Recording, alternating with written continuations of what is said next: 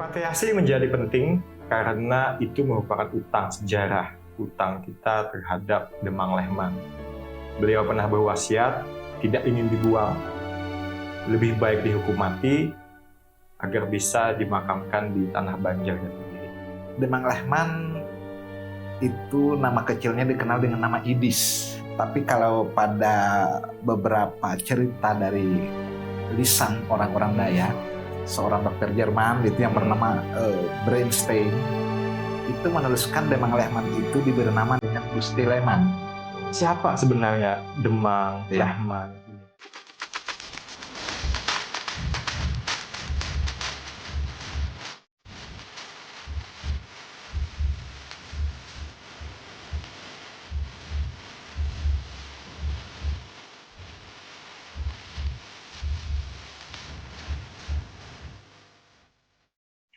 Assalamualaikum warahmatullahi wabarakatuh.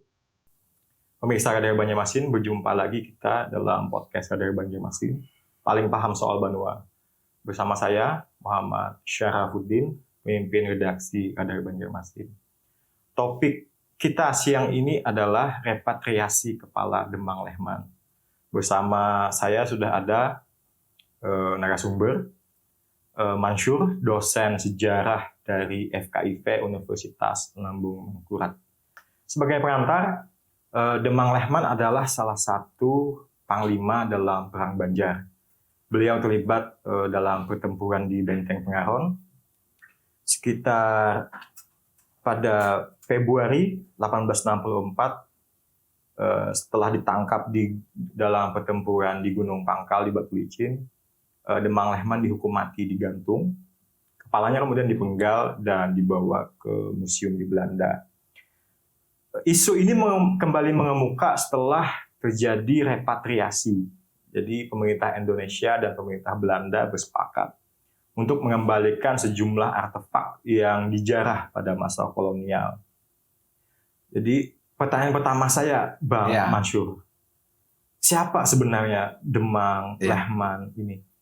Ya, jadi kisah tentang Demang Lehman ini kan sebenarnya kita bukan dalam rangka untuk bagaimana upaya-upaya dari pemerintah yang belum berhasil mengembalikan kepala Demang Lehman. Tapi saya pikir podcast kita kali ini diantaranya bermisi kita ingin mengungkap suatu tabir gelap tentang Demang Lehman, bagaimana perjuangannya sampai ke kematiannya dan pemulangan kepalanya. Jadi mungkin cukup komplit ya.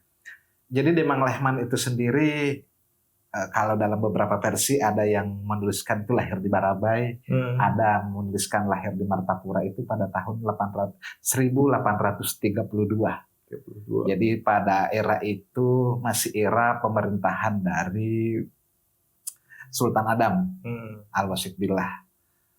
Demang Lehman itu nama kecilnya dikenal dengan nama Idis. Idis. Tapi kalau pada beberapa cerita dari lisan orang-orang Dayak, itu pernah dimuat dalam salah satu memoir seorang dokter Jerman itu yang bernama Bernstein. Itu menuliskan Demang Lehman itu diberi nama dengan Gusti Lehman. Oleh orang-orang Dayak. Pada versi lain juga ada yang hanya menuliskan bahwa Demang Lehman itu Solehmah, bernama Solehmah. Jadi orang-orang Belanda umumnya menamakan Demang Lehman itu Solehmah. Nah, dari banyak-banyaknya versi nama ini, kemudian yang cukup penting juga sebenarnya adalah bagaimana nantinya Demang Lehman ini tampil sebagai tokoh yang awalnya dari ajudan Pangeran Hidayatullah itu kemudian menjadi seorang tokoh, seorang panglima yang berperan besar di dalam Perang Banjar yang berlangsung dari tahun 1859 sampai 1863 versi Belanda.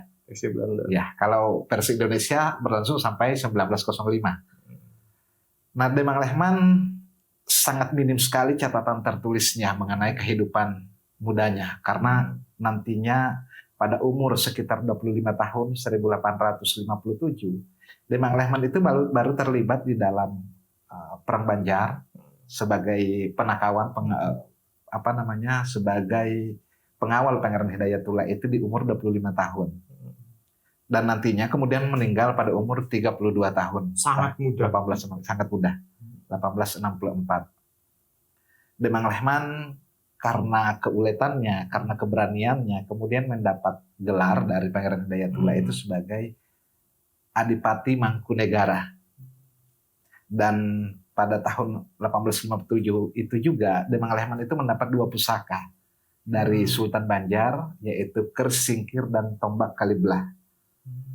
Nah, Tombak Kaliblah ini yang juga sangat fenomenal ya ceritanya, karena kan itu adalah pusaka dari Kesultanan Sumbawa, kemudian dari Kesultanan Sumbawa itu diserahkan, dihadiahkan ke Sultan Sulaiman, baru kemudian turun-temurun sampai ke Pangeran Hidayatullah yang saat itu posisinya sebagai cucu dari raja, jadi cucu dari Sultan Adam, karena bapaknya meninggal. Jadi kisahnya ini panjang juga ya, tapi secara singkat bahwa pada waktu itu Kesultanan Banjar setelah era-era akhir Sultan Adam itu sangat sulit untuk menentukan siapa yang akan jadi sultan berikutnya. Karena posisinya saat itu Sultan Muda Abdurrahman, bapaknya Hidayatullah, itu meninggal karena diracun.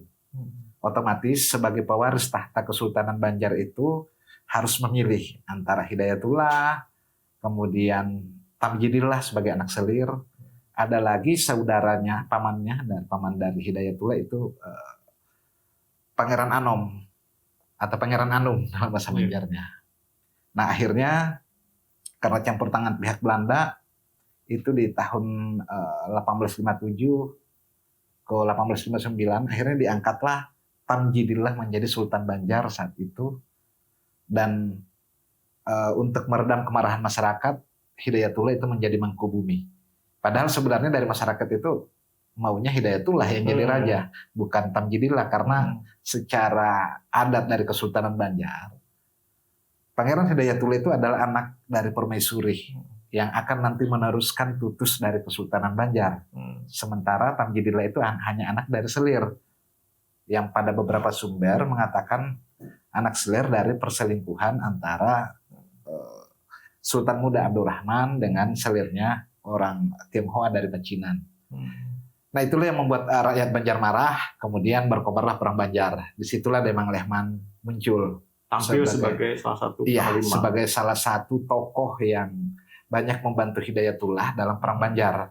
Karena tokohnya banyak ya, dan itu berbagi wilayah. Jadi wilayah Hulu Barito itu Antasari, kemudian wilayah Banua Lima, Hulu Sungai itu Temenggung Jalil, dan Demang Lehman wilayah Martapura sampai ke wilayah pesisir Tanah Bumbu sekarang. Jadi berbagi di situ.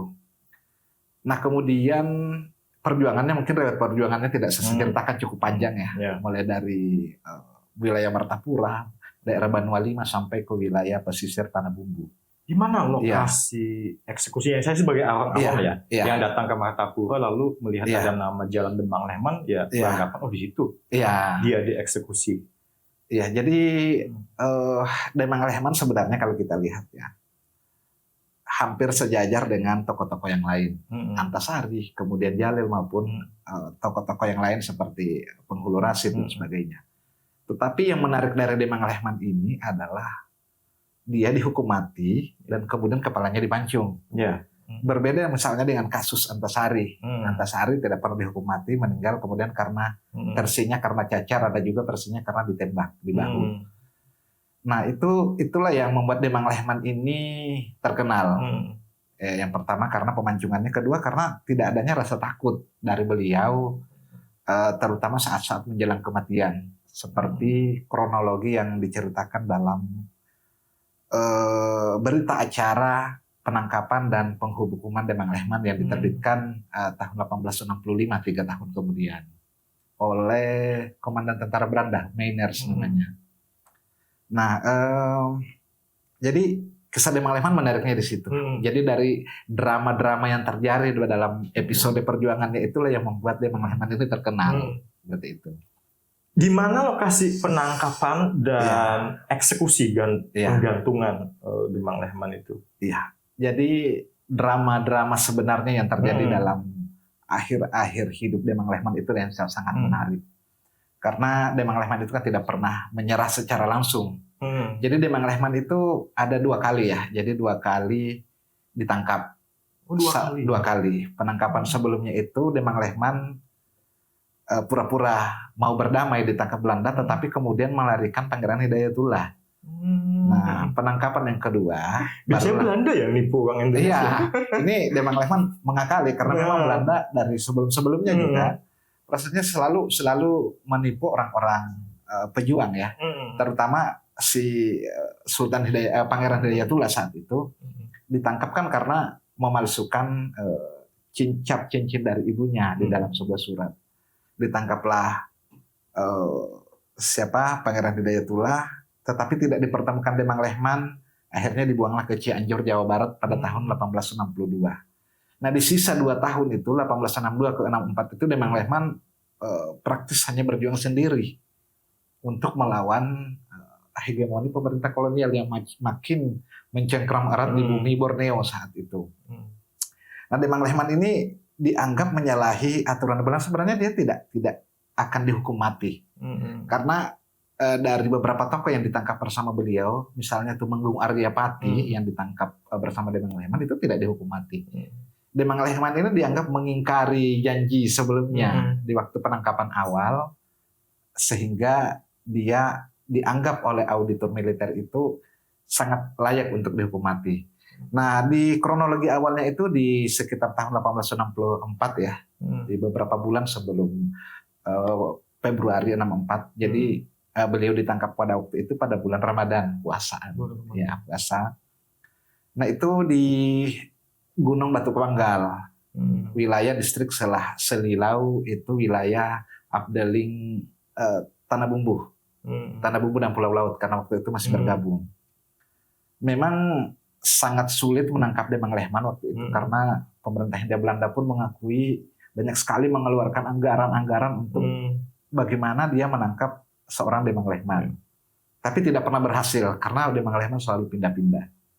Nah, di tahun 1864 itulah kemudian pemerintah Hindia Belanda memberdayakan beberapa narapidana. Jadi pada waktu itu 1864 banyak narapidana yang bekerja di wilayah Pengaron. Tambang Oranjena Sau, tambang batu bara di Pengaron, dan dari beberapa orang sekitar 23 orang yang dianggap sakti itu dikumpulkan oleh pemerintah Belanda pada waktu itu Kolonel Happe, dan bekerja sama dengan orang-orang yang berasal dari wilayah Pagatan dan Batu Licin untuk menangkap Demang Lehman yang informasinya saat itu berada di Gunung Batu Panggal. Nah, sebelumnya Demang Lehman ini sudah diincar supaya bagaimana caranya ini supaya Demang Lehman ini tidak bisa mendapatkan logistik. Ditutuplah wilayah Kusan Hilir yang merupakan jalur sungai ke Kusan Hulu, sehingga Demang Lehman sangat sulit untuk mendapatkan makanan saat itu. Bahkan dalam beberapa sumber dituliskan Demang Lehman terpaksa makan daun-daunan bersama Tumenggung Aryapati dan pengawalnya serta istrinya. Waktu itu tidak dituliskan anaknya, mungkin anaknya tidak ikut waktu perjalanan ke Batu Panggal. Nah, kemudian dari mereka supaya nantinya gimana caranya supaya berhasil menangkap Demang Lehman, mereka percaya bahwa Demang Lehman sepanjang masih memegang pusaka Kesultanan Banjar, Kersingker, dan Kadiblah itu sangat sulit ditangkap. Akhirnya pada waktu di sumber itu dituliskan menjelang subuh, itu seorang dari orang rantai namanya itu narapidana tadi, orang-orang Belanda yang menyebutnya orang rantai, itu mencuri pusaka itu. Jadi Kersingker dan Tembakau Kadiblah itu bagaimana caranya dijauhkan dari Demang Lehman, akhirnya berhasil dicuri oleh namanya Sembarani, ada yang menulis Pembarani, itu seorang narapidana. Itu berhasil dicuri dan Demang Lehman tidak sadar waktu itu bahwa itu pusaka itu sudah berhasil dicuri. Setelah hilang baru bangun tidur. Lalulah pada waktu itu Demang Lehman marah sekali, tetapi berhasil didiamkan oleh Sembarani dengan mengganti pusakanya itu dengan pusaka yang lain. Dan jadi diberi sebuah keris. Dari situ kemudian mulai berdatangan para penangkap itu ya. Jadi pasukan-pasukan Belanda pribumi, sewaan Belanda. Dan akhirnya Demang Lehman berhasil ditaklukkan. Orang Belanda juga menuliskan, seandainya Demang Lehman saat itu masih memegang Kersingker dan Tembakau Kadiblah, orang-orang itu tidak akan pernah berhasil. Belanda juga mencatat seperti itu. Iya, Belanda mencatat seperti itu. Oke. Jadi mengakui. Di mana lokasinya sekarang? Jadi waktu itu pusaka masih di sekitar wilayah daerah Selaselilau. Oh. Jadi di sebuah rumah di Selaselilau itu masih ada sampai sekarang. Oh. Itu sebuah wilayah desa ya di Hmm. wilayah kalau nggak salah itu sekarang sudah masuk apa Karangbintang ya atau Kecamatan Kusanulu. Itu masih ada. Sekarang itu masih menjadi nama desa.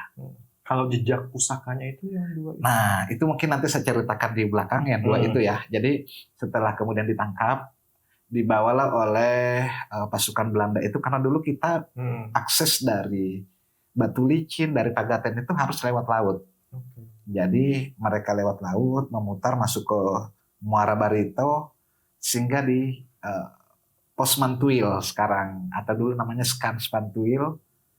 Dari situ kemudian dipindah ke perahu namanya perahu supit, mungkin semacam perahu supit itu kayak semacam sekoci ya namanya. Dari orang-orang Belanda, salah seorang pengawalnya waktu itu, salah seorang pasukan Belanda itu bernama Serkuet, itulah yang kemudian bersama beberapa pasukan mengantar Demang Lehman ini ke rumah kantor residen.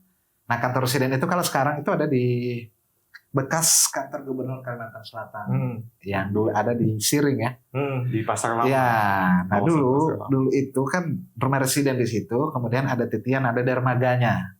Nah, Demang Lehman kemudian dari sumber berita acara itu diturunkan di situ, langsung disambut oleh Kolonel HP sebagai residen, kalau sekarang gubernur ya. Nah ini sangat sangat tidak lazim karena biasanya kalau tahanan itu langsung dibawa ke area Masjid Sabil Al-Muhtadin sekarang. Dulu dinamakan dengan Benteng Tatas. Nah kalau yang ini memang mungkin karena istimewa, lalu si HP ini yang menyambut Demang Lehman dengan pakaian yang seperti kita lihat di foto. Compang-camping, celananya bintik-bintik. Oh jadi foto itu diambil di kantor residen? Itu diambil waktu ada di Benteng Tatas, di dalam tahanan. Ya.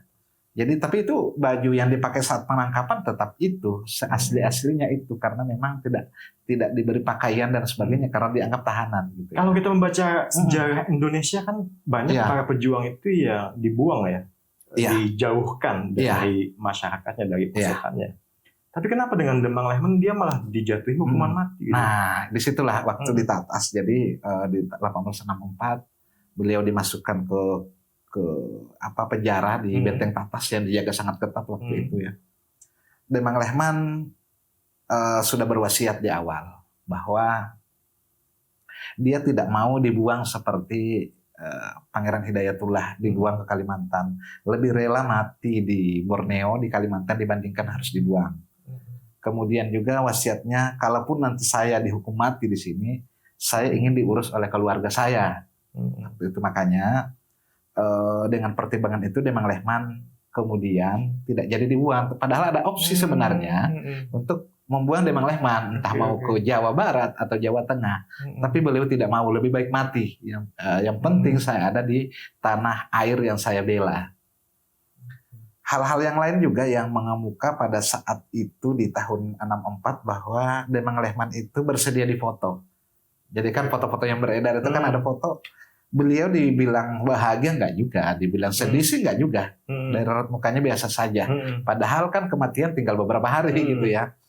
Jadi waktu itu orang Belanda bagian dari auditor militer itu meminta izin untuk memfoto beliau dan mempersilahkan, silakan aja difoto tidak masalah dengan tangan yang terikat dengan tali yang ada di leher itu masih tidak pernah dilepas setelah beliau ditangkap karena orang sangat takut ya. Sangat takut kalau dia berontak dan sebagainya. Ada kekhawatiran waktu itu, benarkah ini Demang Lehman? Okay. Karena kan orang-orang yang menangkap kan tidak pernah melihat muka kayak sekarang kan kita lihat fotonya dulu mana yang ditangkap gitu ya.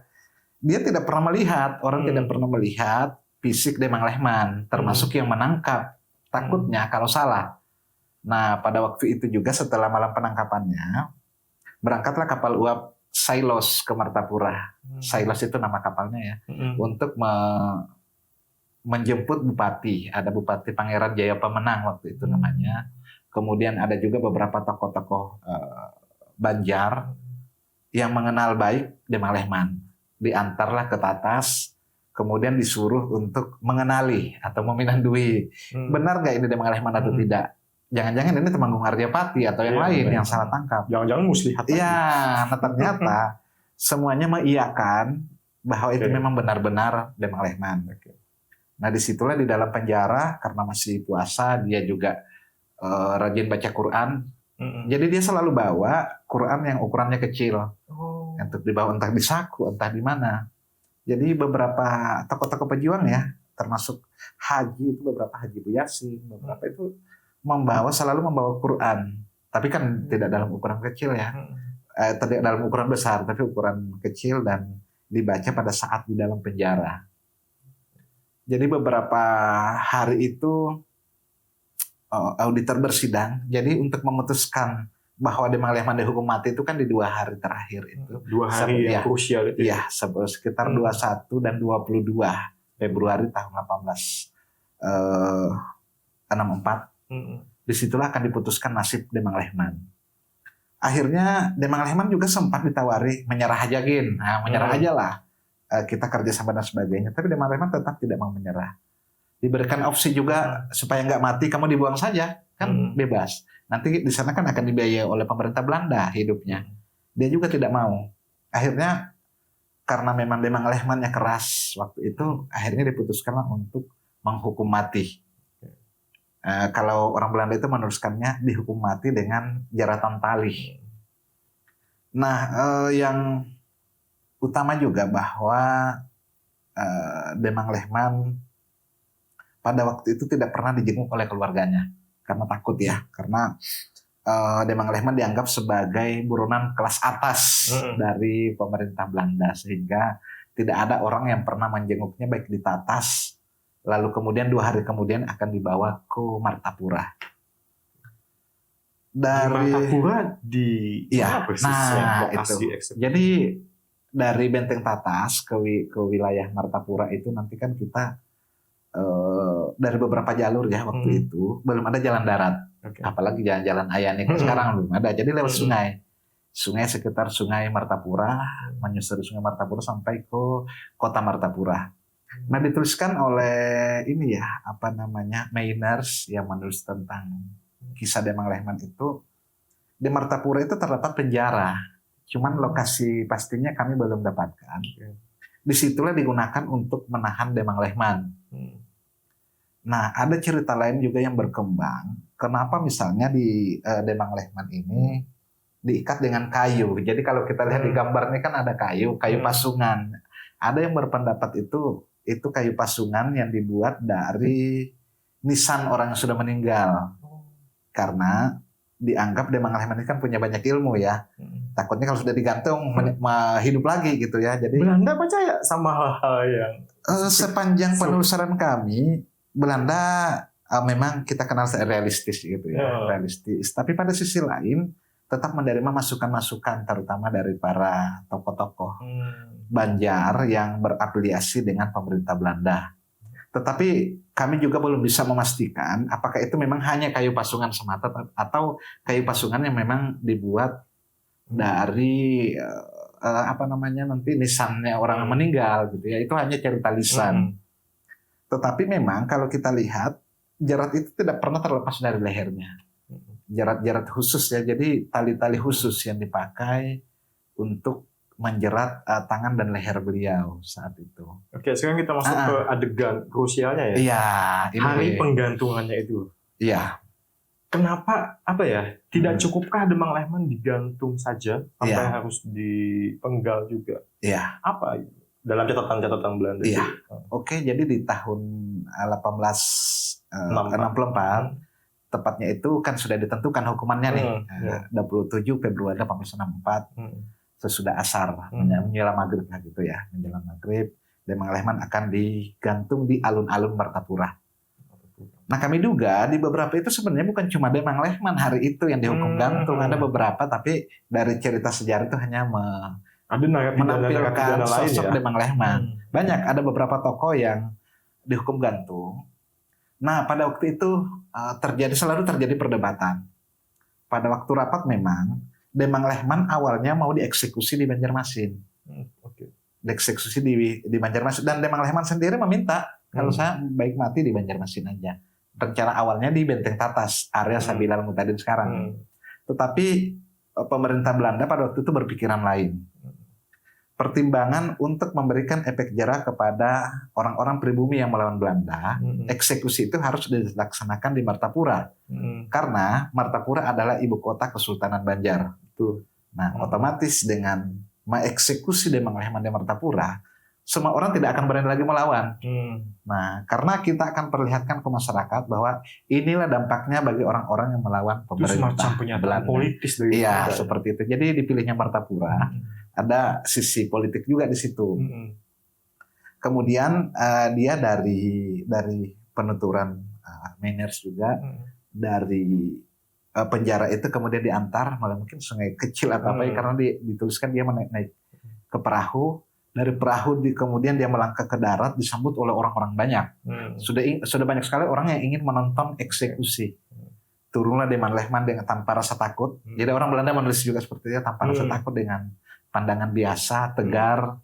Dan Meiner sendiri mengakui, kami tidak pernah menemukan ketegaran seperti tokoh Demang Lehman yang akan naik ke tiang gantungan. Dari situlah tepatnya setelah asar, dia dinaikkan ke tiang gantungan, dieksekusi. Ada beberapa versi yang beredar bahwa Demang Lehman sempat berucap, dengar-dengar sabarataan,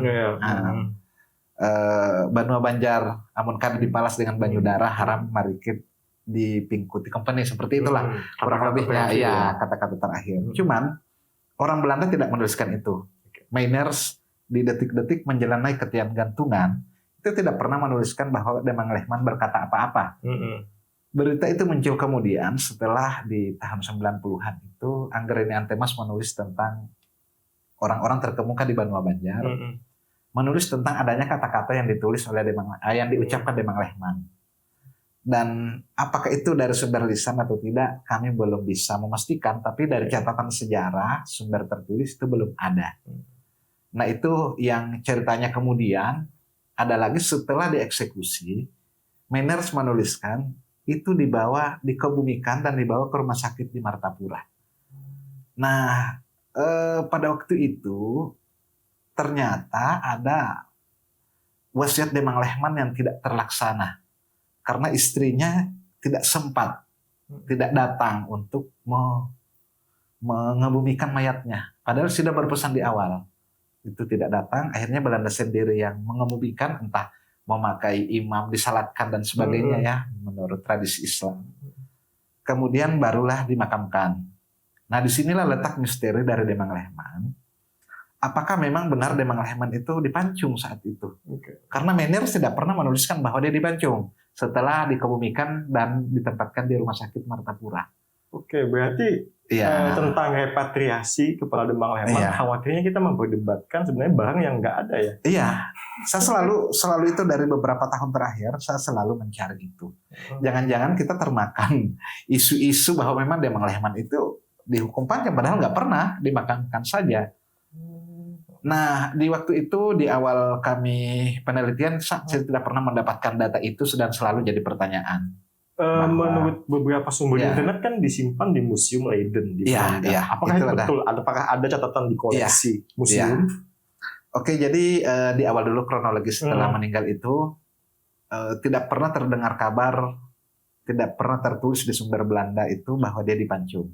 Kemudian juga tidak ada informasi di mana dia dimakamkan. Kalaupun dipancung, badannya itu di mana dimakamkan? Apakah di alun-alun Martapura tempat eksekusi, atau kemudian di wilayah Karangintan, atau di wilayah-wilayah yang lain yang dipilih oleh pemerintah kolonial. Nah, itu tidak pernah sama sekali ada informasi sampai kemudian ini tersiar kabar kepala Demang Lehman itu ada di Museum Belanda.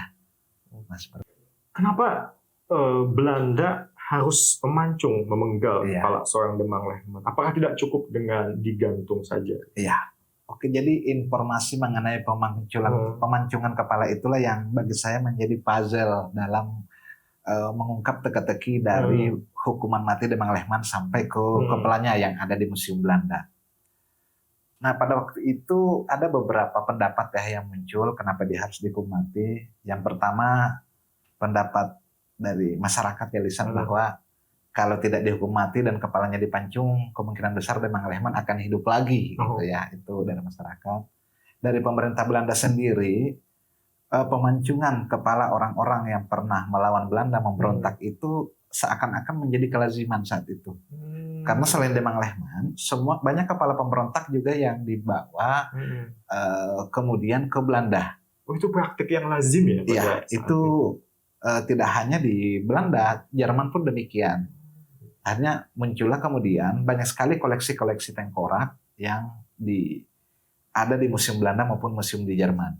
Nah, pada waktu itu pasukan-pasukan Belanda itu seakan-akan menjadikan itu, mereka mengatakan ini piala. Jadi mengikuti tradisi-tradisi suku Dayak yang waktu itu juga melaksanakan tradisi potong kepala. Ada yang berpendapat seperti itu. Artinya pejuang Belanda saat itu, orang-orang Belanda saat itu seakan-akan kembali ke masa yang lalu. Tapi walaupun demikian tetap dilaksanakan. Hal-hal lainnya juga bahwa kenapa kepalanya dipancung, itu pada waktu itu sudah berkembang ilmu antropologi ragawi yang ada di benua Eropa yang ingin sekali meneliti bagaimana perbandingan tubuh raga dari orang-orang Eropa dan orang-orang Asia, terutama wilayah Asia Tenggara.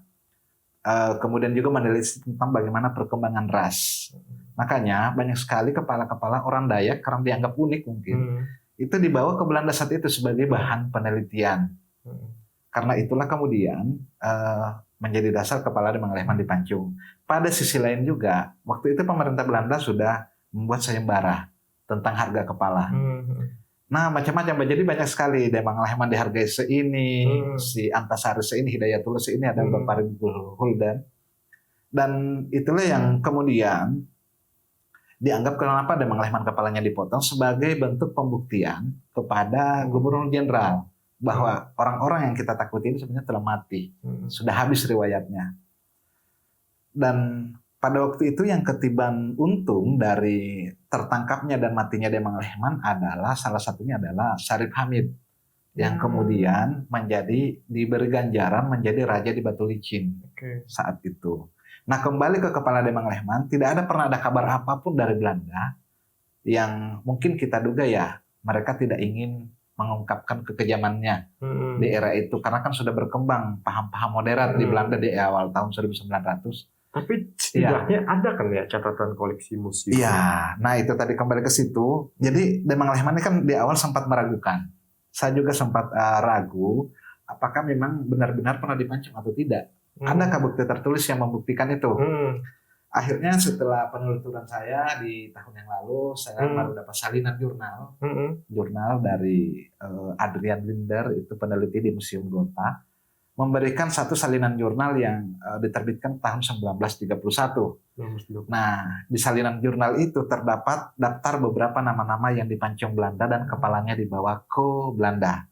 Nah, disitulah saya dapatkan satu nama yaitu Demang Lehman. Banyak lagi yang lain. Dan termasuk yang selama ini selalu kita pertanyakan Temenggung Jalil. Ada namanya jelas sekali Jalil ada di daftar itu. Artinya selain kepala Demang Lehman juga ada kepala Jalil yang ada di wilayah Belanda, yang ada di Museum Belanda. Nah, awalnya kenapa kemudian cerita-cerita ini mengemuka bahwa kepala Demang Lehman ada di Belanda itu sebenarnya sudah lama, tetapi yang mengemuka ke publik itu kemudian baru-baru saja setelah di tahun 2009 ya kalau nggak salah seorang arkeolog yang melihat daftar tentang kepala Demang Lehman. Tetapi yang paling sahih itu adalah informasi dari Arthur Japin. Arthur Japin itu seorang penulis novel yang menuliskan tentang seorang raja yang juga dipancung kepalanya. Raja Ghana yang bernama Badu Bonsu kedua, yang juga kemudian kepalanya dipancung dan dibawa ke Belanda. Dari informasi beliau, dia mengatakan bahwa selain Badu Bonsu ada di museum itu, juga ada kepala atau schedel, namanya rekan-rekan schedel itu dari Demang Lehman. Nah, posisi terakhir itu dikatakan ada di beberapa di museum ya, di Museum Volkenkunde awalnya. Kemudian ada lagi kalau dalam versi Arthur Japin itu ada di namanya terakhir ya di tahun 2005 Leiden University Medical Center.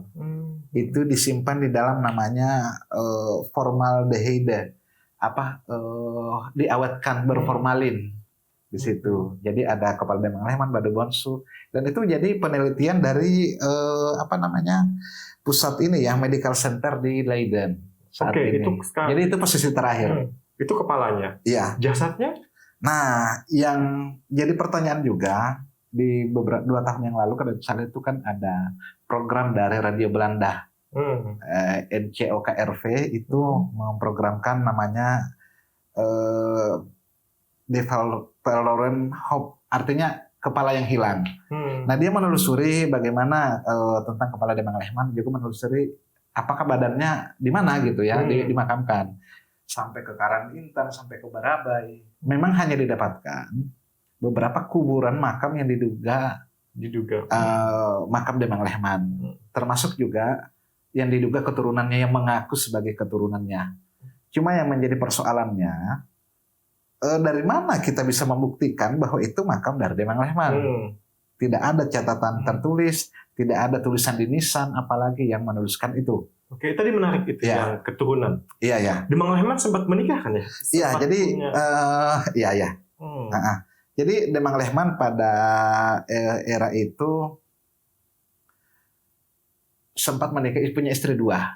Istri 2, jadi mungkin kalah kita ya. Umur 32 tahun, istrinya 2. Yang pertama itu tidak dituliskan namanya, tapi hanya ditulis istri demang lehman yang kemudian ditangkap bersama demang lehman waktu di Paut Batu Panggal. Dihukum mati juga? Tidak ada informasi. Kemudian istrinya yang satunya lagi bernama Ratu Atijah. Ratu Atijah itu dituliskan adalah anak dari pembakal kunur yang ada di wilayah Pajupungan Barabai. Nah, itu informasi terakhir dari demang lehman. Cuman ada lagi informasi yang berasal kemudian dari saya dapatkan dari Adrian Linder, bahwa dalam satu catatan memor dokter Jerman itu menuliskan bahwa demang lehman pernah memiliki anak bernama Indu Ambang, perempuan. Ya, tapi itu kejelasannya belum bisa dipastikan juga. Yang lain, dia memiliki seorang anak bernama kalau tidak salah itu ada Gusti, gelar Gustinya ya.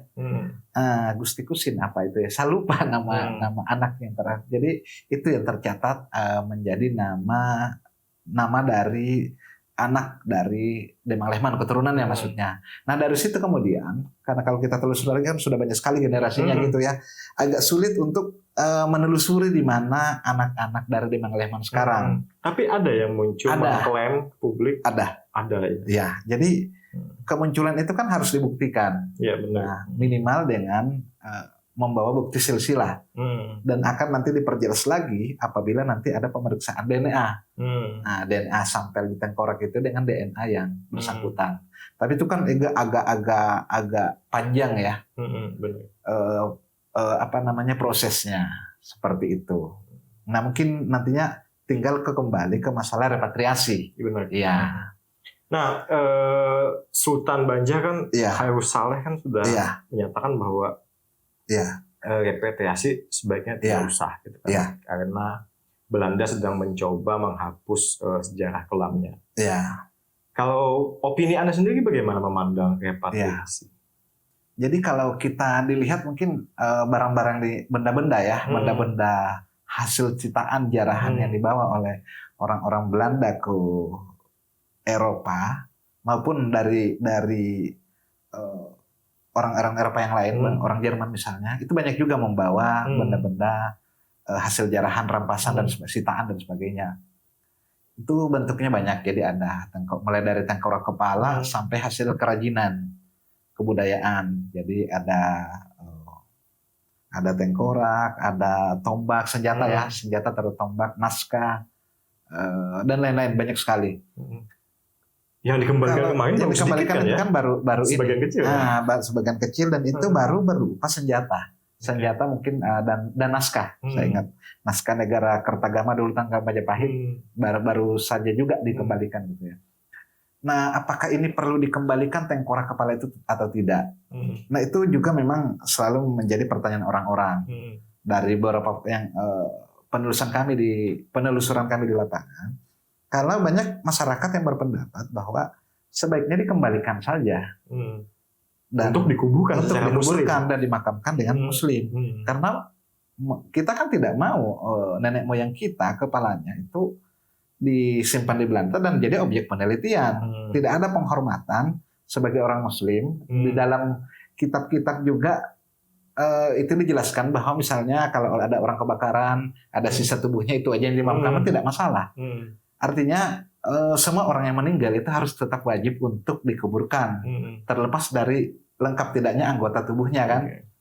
Nah itu artinya harus dikembalikan, kita makamkan secara muslim dan nantinya akan menjadi sebuah simbol dan orang-orang generasi muda juga akan melihat bahwa disinilah letak makam Demang Lehman yang dulu pernah dipancung ke Belanda. Hal yang kedua, bahwa masyarakat sangat menginginkan kepala Demang Lehman itu bisa bersatu dengan, walaupun tidak dengan tubuhnya, tapi bersatu dengan bumi Kalimantan yang sesuai dengan wasiatnya itu dia mau meninggal di sini, jangan dibawa. Kan wasiat di awal kan dia tidak mau ke daerah lain, lebih baik mati daripada keluar. Tapi ternyata kemudian kan kepalanya di bawah gitu ya. Nah masyarakat sangat menginginkan itu. Nah kalau pendapat dari Sultan Banjar, dari dari Sultan Hairul Saleh masalah tidak usah dikembalikan. Mungkin opini pribadi dari beliau dan kita bisa menerima, bisa mengapresiasi. Tetapi paling tidak kami berharap bahwa ada pertimbangan khusus lah. Karena kesulitannya selama ini kenapa pemerintah Belanda itu sulit mengembalikan, sulit mencari siapa yang menerima. Ya, jadi apakah pemerintah pusat, apakah Pemprov Kalsel, apakah keturunannya sendiri, atau lembaga Kesultanan Banjar. Nah itu kan agak sulit. Karena kan kita harus kembalikan barang itu ke pewarisnya. Yang dicarikan adalah pewaris. Sama dengan kasus berlian ya, kan sulit. Siapa yang akan menerima dan kemudian yang jadi pertanyaan, setelah diterima mau diapakan? Benar. Nah itu kan sulit, apakah disimpan juga di museum? Ataupun karena kita harus jujur mengakui kan, museum di sana lebih baik daripada museum. Nah kalau di Belanda benar sekali apa yang disampaikan Sultan Hairul Saleh bahwa memang dirawat di sana. Tetapi persoalannya kan kita sebagai orang Muslim susah menerima raga yang jauh gitu loh. Kalau ada bagian tubuh ya baik kita makamkan, gitu loh, kita kubur, jangan sampai dibiarkan. Tetapi itu ya kemudian menjadi persoalan yang lain. Yang menjadi persoalan paling utama adalah hubungan kedua belah pihak, hubungan antar dua negara, karena mereka akan sangat takut untuk mengembalikan karena keturunan ini takutnya minta ganti rugi, gitu ya, ganti rugi yang sangat besar, dan itu mereka takutnya seperti itu karena kejadian yang di Ghana, yang di Badu Bonsu II waktu dikembalikan itu terjadi gejolak politik yang hebat karena Badu Bonsu kan raja Ghana ya, gejolak politik yang hebat dan takut itu terjadi di Banjarmasin. Gejolak hubungan dua negara berkonfrontasi lagi, belum lagi di sisi lain Belanda dianggap sebagai penjahat perang yang telah membunuh Demang Lehman dan bahkan membawa kepalanya. Itulah yang selama ini selalu menjadi pertimbangan semua pihak. Sehingga mengapa sulit sekali, Belanda banyak sekali perhitungannya ya? Iya, banyak itu perhitungan itu yang kami tangkap kenapa sampai saat ini belum berhasil dikembalikan. Nah, jadi dari prosedur dan hasil akhir. Prosedurnya termasuk siapa yang mengambil, bagaimana cara ngambilnya, bagaimana cara membawanya, sampai ke sini mau dibawa kemana, siapa yang menerima. Sesudah diterima pun mau diapakan. Nah itu panjang sekali prosesnya yang tentunya kita mungkin tidak sampai memikirkan ke situ. Nah, mungkin itu